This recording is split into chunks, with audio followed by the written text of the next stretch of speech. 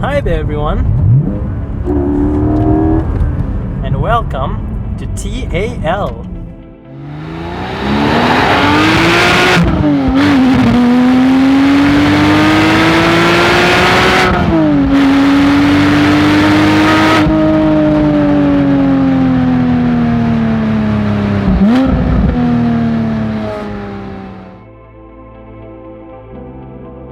It is said that everything has a purpose.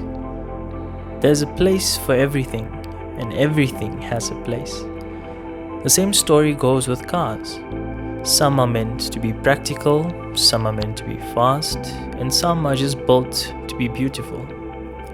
So where does that put the Porsche Cayman GT4? It isn't meant to be the fastest.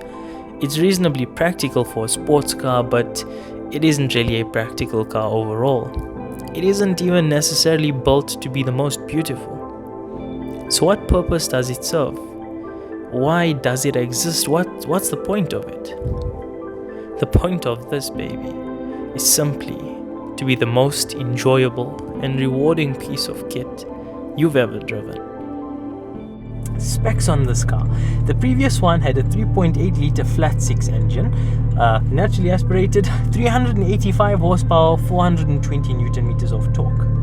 That was the older shape 911's engine, just naturally aspirated and 3.8. With the new one, the 4 litre, they take the 992 911, the brand new 911, that flat 6 turbocharged engine, they take the turbos off and they make it a 4 litre naturally aspirated engine. So the power's up from 385 horsepower to 420 horsepower, but the newtons stay the same at 420. But in every conceivable way, this car is faster. 0 to 100 on the new car in about 4.2 seconds and a top speed of 302 kilometers an hour. Oh, and can you hear that? Because of naturally aspirated, it sounds amazing and it revs up to 8,000. And listen to this. This car has an auto blip feature, so watch this. Did you hear that? I literally just clicked the clutch and downshifted and it brought the revs up automatically for me. I didn't have to heel or toe or nothing.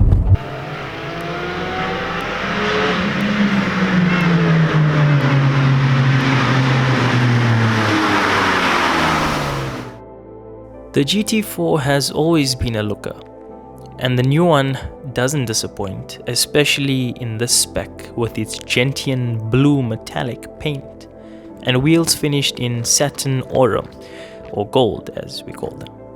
With the GT4 emblem embedded in the center caps, it looks pretty special. It has a newer, more aggressive front end with bigger air intakes and a new front splitter. Oh, and that of course says GT4 on it. All to decrease drag and increase aerodynamics when cornering at high speed. It's much wider on the sides and has huge air scoops just behind the doors that say GT4 again, just to remind you that this is no ordinary trotter. The rear end is probably my favorite, with the huge wing and center exhausts. That back diffuser doesn't look too shabby either.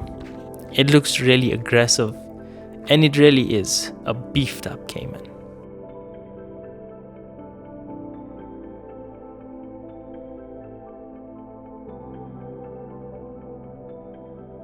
I watched so many videos of this car before I reviewed it because I was so excited to drive it, and honestly, it is probably one of the best cars I have ever driven. It's a manual, it's a flat 6, it's naturally aspirated, and it's mid-engined, and it's small, and just what a car, honestly. And they sound flipping amazing. In South Africa, they don't have particle filters in the exhausts, so they are quite a bit louder than everywhere else. So yay South Africa.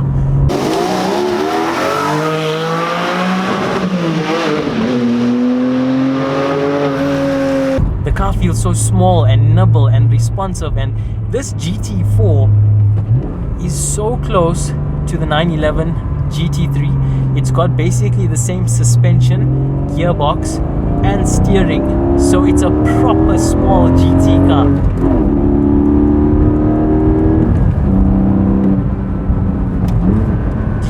downshift. Listen again.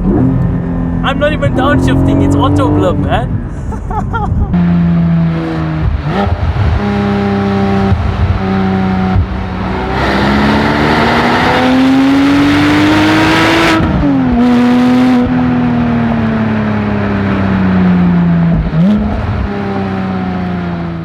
The interior is simplistic yet driver oriented.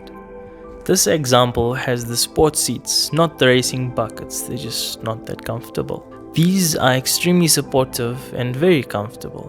I must admit that I am a huge fan of the full Alcantara steering wheel with the little red stripe on the top of the steering wheel to remind you that this is a baby race car.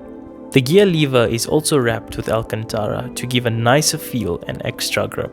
The red seat belts are a very nice touch also, they match with the stripe on the steering wheel.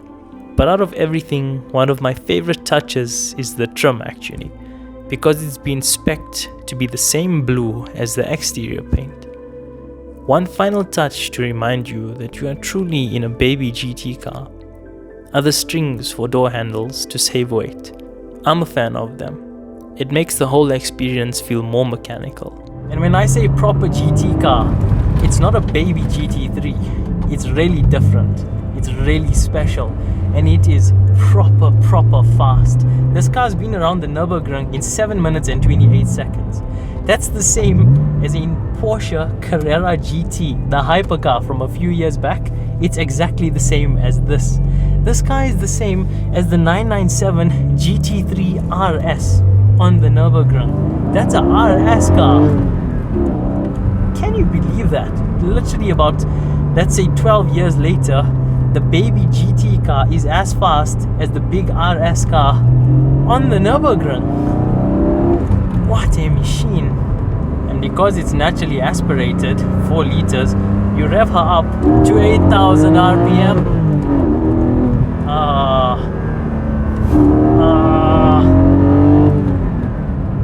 That is so amazing. This gearbox is notchy and short and so mechanical. The throw is just there. That's 4th gear, 4,500 revs. 3rd gear, 5.5. Go! Yes! More of that.